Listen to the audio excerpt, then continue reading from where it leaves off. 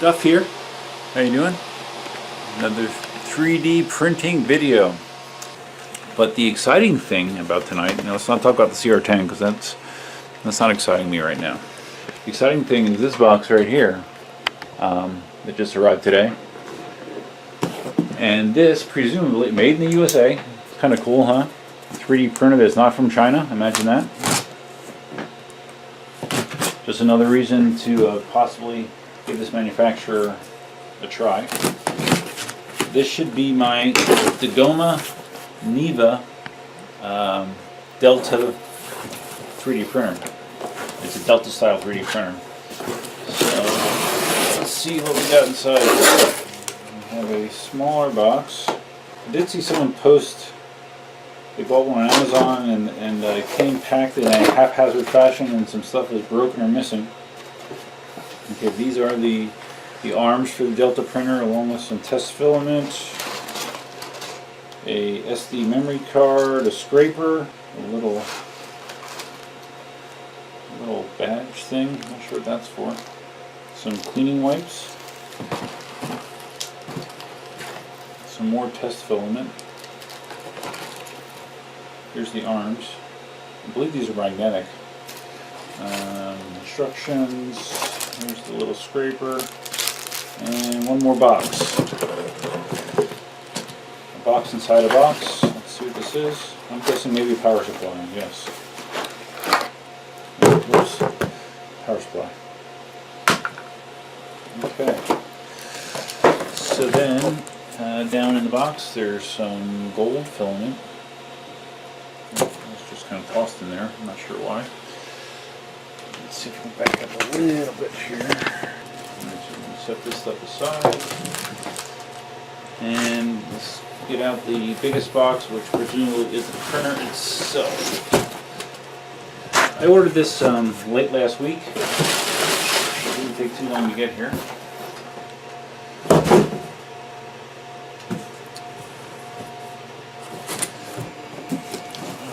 My CR10.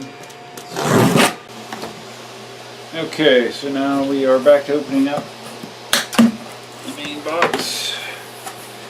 It's kind of weird. Looks like this box would be a little bit bigger because it was kind of bowed out over this little thing here. Little support. I'm curious if that's a packing thing or if that support's supposed to stay in there. Alright, so let's see if I can get this out.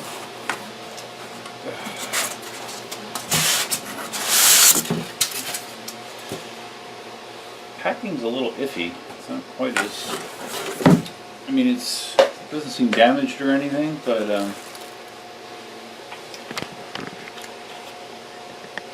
definitely not packed as securely as a CR10, believe it or not. Alright, so...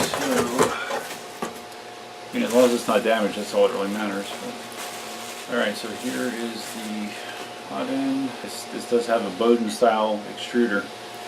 Let me get this up on the desk. Alright, so there's very simplistic instructions with this. These are all magnetic.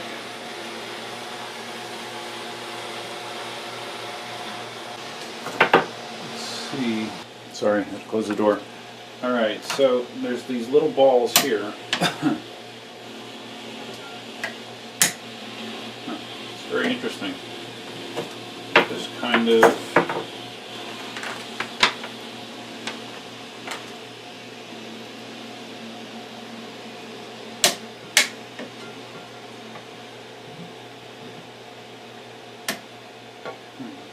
very interesting install experience. It's literally snapping together. It shows you attaching three at a time. Very difficult.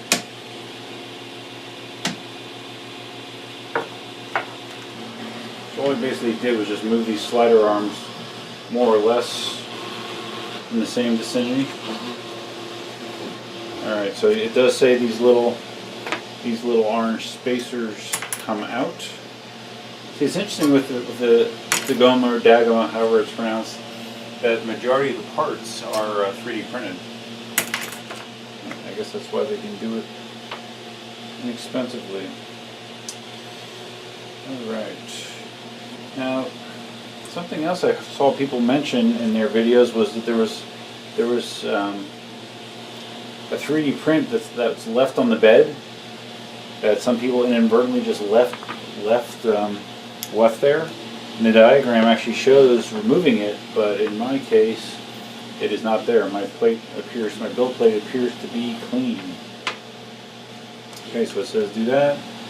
Basically, clean the surface. I'm just going to use some isopropyl alcohol to do that. And yeah, it says clean the surface basically, and then download the software from Dagoma 3D. So I'm going to do that. One thing I find interesting here is that this has a USB port. Oh my god. So anyways, what I was saying was I find it interesting that there's a USB port in here, because my impression from watching the videos was the only way you could print is via the SD card. So the fact that there's a USB port makes me wonder if I can hook up Octoprint to here. That'd be kind of cool, huh? So let's see. Alright, it says to do an initial calibration. You hold the button on the front. There only is one button, but the build plate itself is also touch sensitive. For certain things you can just tap the plate, and like I think you can change filament that way, for example. But anyways, it says hold the button in and plug it in at the same time. So we're going to do that. So do that until it starts to move. Alright, so now we are watching the Neva calibrate.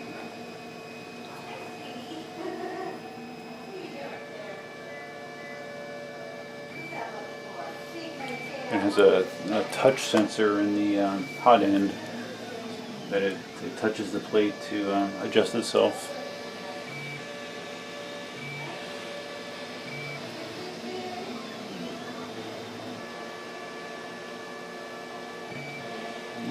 So far so good, I guess.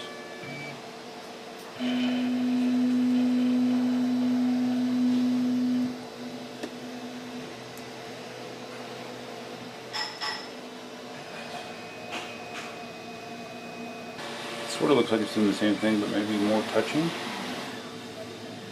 It's kind of cool just to watch.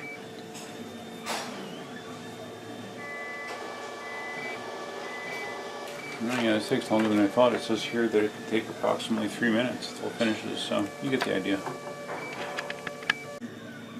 Alright. I let it finish through that calibration, and thought I could just like load filament and go, sort of. The instructions are rather sparse, but one thing I didn't really pay close attention to was in this diagram, it illustrates how there's a positive and a negative side to these rods here, which I did not really pay attention to, and it also shows a very specific way that they're supposed to be connected. On the one side of the rod is a couple dots that indicates the positive side, the other side doesn't have those dots. And then it's supposed to have, they're supposed to be aligned, 3 of them on one side, 3 on the other side, reverse polarity, which I did not do. Even though it went through this whole calibration okay, it didn't seem to want to print anything. I would hit the button and it would just flash. So now I just took these rods off, put them back on. I'm going through the calibration again and see if I have any better luck. Alright, I used the simplified version of Cura, which I'll show you in a little bit, to print it's basically to print this. They throw this in the box, and it's the default model that loads in the version of Cura that they include. So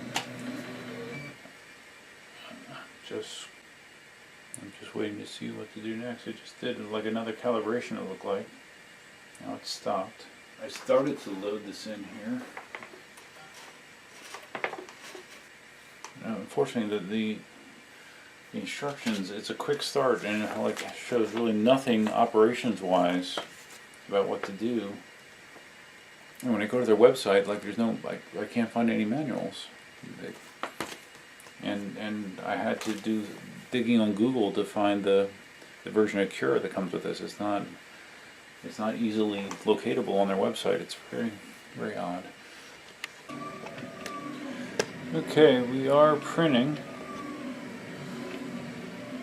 but again, without a proper manual, it's confusing what's going on, because I put in the card that had the file on it, hit the button, and went through all that initialization, and then it just kind of stopped with this yellow button still on again. And when I read the manual, it looks like you're supposed to be able to just put the card in, hit the button once, and it's supposed to go. So, not quite sure. It looks like there was some leftover orange filament in there from their factory print. I put in the silver sitting over here on the side. So, yeah, I'm not quite sure what to think. It's kind of strange.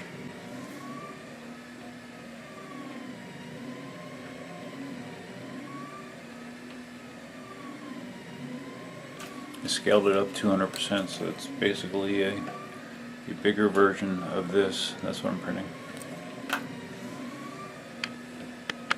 Alright, there is no spool holder per se that comes with it. I just kind of have the filament that was included just laying on the table. I printed this off of Thingiverse that I guess is designed to hold a conventional spool, and I haven't tried it yet.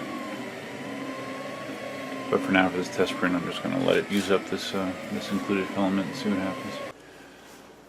Alright, so like I said, this is the dumbed down version of Cura that comes with here, with the Dagoma Neva. You can rotate, scale, and mirror. There's no additional settings, you know, like with Cura there's a million different settings. With here they have it very, very locked down. You can choose your filament type, chromatic wood, octofiber, phyllo 3D, poly plus, polyflex, or other PLA type. From what I understand, it should work with any PLA, although Dagoma does sell a bunch of filament on their site. Very expensive filament, I may add, so I'm going to be trying just some of my eSun to see how it works. The only other settings are your fill density, which you only have 3 options: hollow, filling, or reinforced. Looks like there's no 100% infill options. And then for your quality, it's just basically your layer thickness, where you can go from 0.1 to 0.2 layer thickness. And I usually print on my other printers at 0.2, so I'll just leave it at 0.2. And you can, for printing supports, you can have either none, sides touching the build plate, or all sides. And improve the adhesion surface. I'm not sure if that means a raft or a brim or a skirt, I don't know. You just turn it on or off. Can't really tell what that does. Color change. This is interesting. You can build in a color change at a certain level. You can have it do a color change where it'll automatically pause and eject the filament, so you can put a different color in. So that's kind of cool, and that'd be fun to play with. Looks like from this view here, it looks like like it automatically puts a skirt in, I guess. Maybe that's a skirt, I'm not sure. So yeah, but we're not doing a color change. So that's how you do it. I'm curious if I can delete that. I'm going to just try to open a regular STL object here. Let's see how it looks. Like, let's do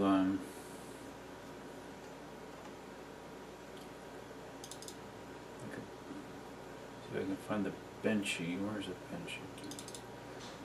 Oh, there it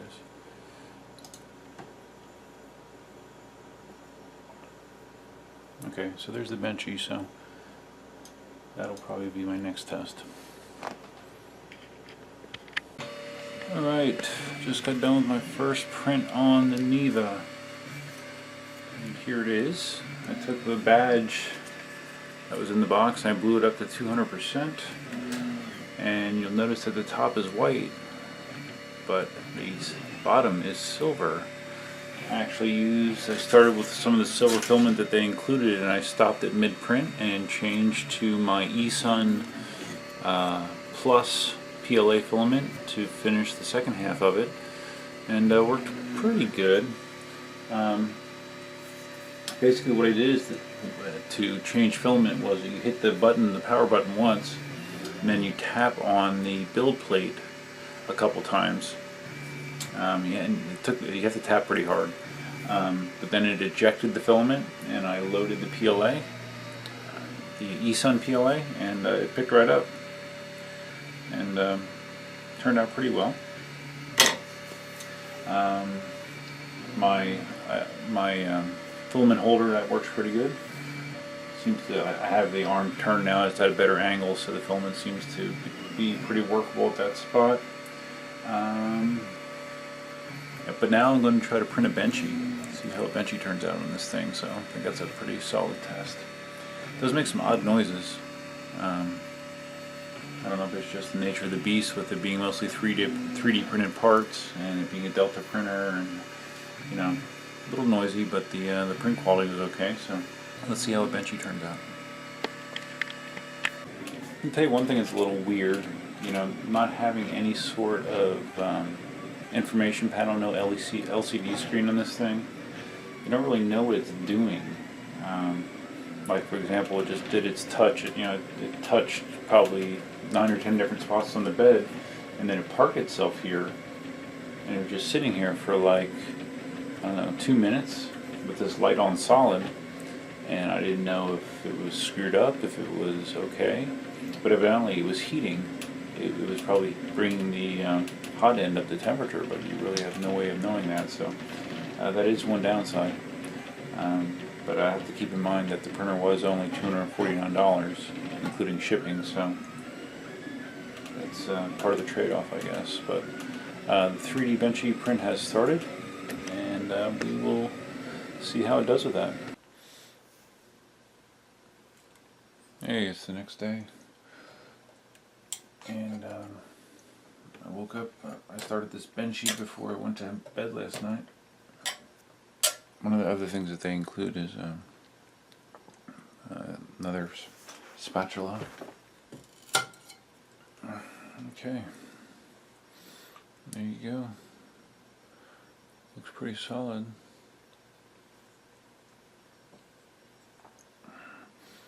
Not perfect, but not bad. Don't really see any overhangs.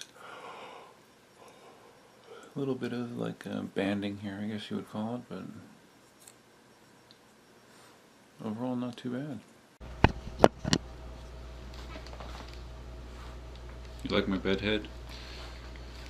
So anyways, that's my initial thoughts about the Dagoma Neva, or my initial testing with it.